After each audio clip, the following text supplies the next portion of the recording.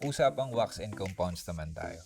Common question na natatanggap ko sa Facebook, sa YouTube, etc. is paano ba ako mag-polish? One step ba? Two step ba? Three step? O kaya minsan ang tanong nila, ano ba yung one step, two step, and etc. So, dun papasok yung topic natin for today. So, ang topic natin for today is wax and compounds nga. So, meron tayo dito na ginagamit ko since day 1 pa lang, si Rufus Compounds. Yan yung set. Any brand naman will do, basta tama lang yung process, which is yun yung itatakil natin today para mas maunawaan nyo. Tapos, nahin natin si DA. DA coarse compound, this is aggressive compound. So, pa-least aggressive to, no? Kumbaga sa sandpaper, isipin nyo liha, no? Ito yung pa magaspang, pa pino. So, itong CDA compound is ang kaya niya tanggalin is yung mga 300 grit, 600 grit, kaya niya. Same as this one. Ito, nakatago pala dito. Si 3M to, rubbing compound to. Ito naman pang rotary polisher naman to. So, ito kasing tatlo is for dual action polisher. Tapos, si Pine, DA Pine naman is kaya naman niya tanggalin dito is yung mga 1.5 up 2,000 grit, mga ganun. Kumbaga, ito yung basically pang swirl marks to, no? Pero pagka mga deep scratch o yung mga medyo may kalaliman na scratch, light scratch, kailangan mo gamitan ng DA coarse compound. Iba pa yung mga pad, pag-usapan natin sa usan dyan. Ito naman, recommend ko to pang DIY lang. So, sa pang DIY kasi, tas with rotary polisher, this is all-in-one, Uno Protect. So, ito is may cutting compound to, polishing compound. So, pwede na siya i-finishing compound. Tapos, meron pa siyang sealant. Yun nga lang, medyo kulang yung protection nito. No? So, kailangan may additional kayong sealant. So, dito natin ipapasok yung LP graphene spray. So, maintenance wax to, no? Pang protect sa inyong mga vehicle. So, sa paint, windshield, actually for all surface to. No? So, dahil sa hydrophobic properties niya. So, makita nyo siya sa Facebook ko na pinopromote ko. Solid to. So, game. May naisip akong sample para maipaliwanag sa inyo maayos. So, meron tayo ditong papel. So, isipin natin na clear coat ito, no? So, maglaan tayo ng 3 page para sa clear coat. So, ito yung 3 pages. So, kunyari, no? Tapos, meron akong client, sample lang. Tapos, pagdating niya, is puro swirl marks lang siya. Wala naman siyang heavy scratch o light scratch. So, i-assume natin na ito yung pang swirl marks.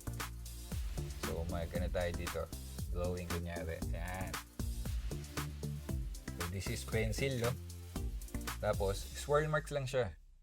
So, itong eraser, ilagay natin dito kay DA Pine.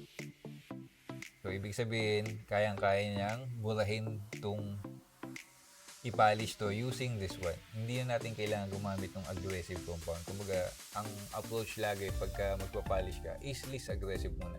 Kumbaga, kung kaya namang kunin sa mga light compounds lang na hindi masyado aggressive, ba't kapag gagamit ng napaka-aggressive na compound? Sayang lang yung clear coat.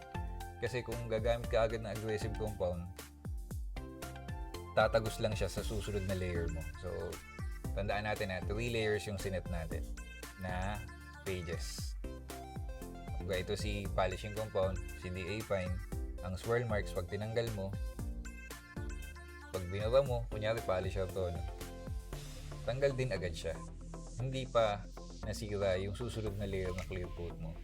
Pero syempre, kaka-polish mo ng polish, mauubos mo na itong isang layer ng clear coat mo. So, paano naman kung medyo light scratch o heavy scratch o yung tipong malalim na hindi kayang tanggalin ni DA Pine? Yun yung time na mag-switch ka sa mas aggressive. Kumbaga, hindi mo siya nakuha sa Pine eh.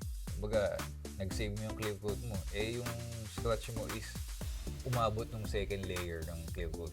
So, halimbawa ito, yan. Ball pen,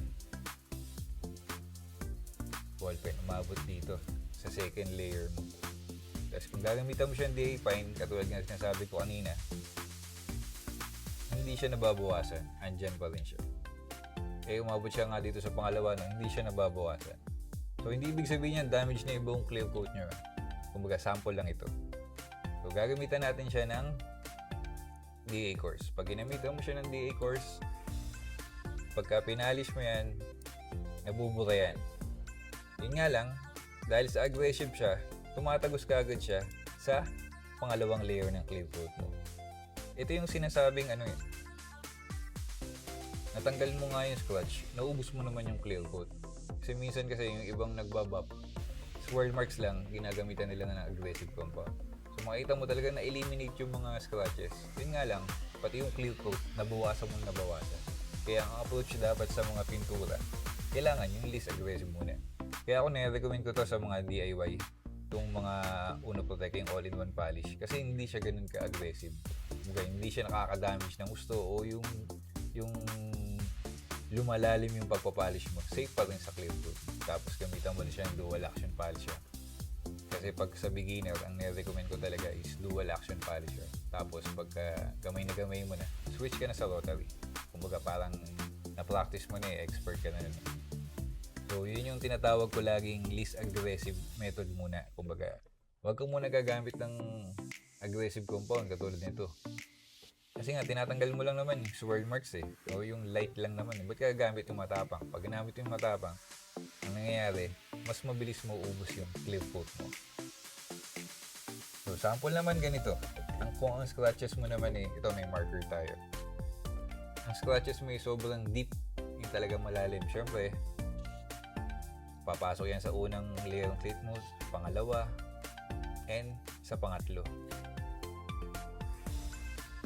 Dito, gamitan natin siya ng DA, first compound, gamitan siya ng fine pad, o finish natin ng buong polish, hindi pa rin siya matatanggal kahit anong gawin natin. Ayan, kahit pantanggal natin yung DA, hindi yan matatanggal. So, ang mangyayari dito, pag pinipilit mo tanggalin lahat yan, lalo mo lang inuubos yun nasa paligid nung itong paligid na to. Inuubos mo lang siya. Kasi ang talagang kailangan na dyan is repainting na. O kailangan na natin siyang bugahan. Huwag natin ipilit. Kumbaga ako, sinasabi ko sa client, masyado nang malalim tong scratch na to. So kung ang gagawin ko lang dito is pwede nating bawasan ng konti. Kasi kung ididiin natin yan, ang magsasuffer is yung itong clear coat mo. Pag naubos yan, ang mangyayari, yung mismong base coat na umawala o wala na. Kaya tiis-tiis na lang. Unless na lang kung gusto mo siya ipa-repaint, okay lang. Pero kung maliit lang naman, di naman disturbing sa mata, go na yun. Ayos na yun para sa akin. Kaya mas maganda yung laging ipinapaliwanag sa client na kung gagawin ko to, ganito mangyayari. Kumbaga matatanggal natin to, yun nga lang. Pagkatapos ng ilang buwan, weeks, mga ganyan, ubus na yan. So anong magiging decision nyo po? Mga ganun. Mas maganda yung lagi ang transparent sa client para mas okay. So, ayun lang. Kung meron tayong hindi na-gets o gusto nyong magtanong, message lang kayo sa Facebook ko o kaya sa YouTube, sa comment. Ayan. Ngayon lang ulit tayo nakapag-vlog, no? Kumbaga, susunod-sunodin na natin to. Ayun lang. Sana may natutunan kayo sa setup natin na to. Itong tatlong to. Tapos yung mga link, ilalagay ko lang dyan sa description kung kailangan itong mga to. Ayun lang, maraming salamat mga Team Meticuloso.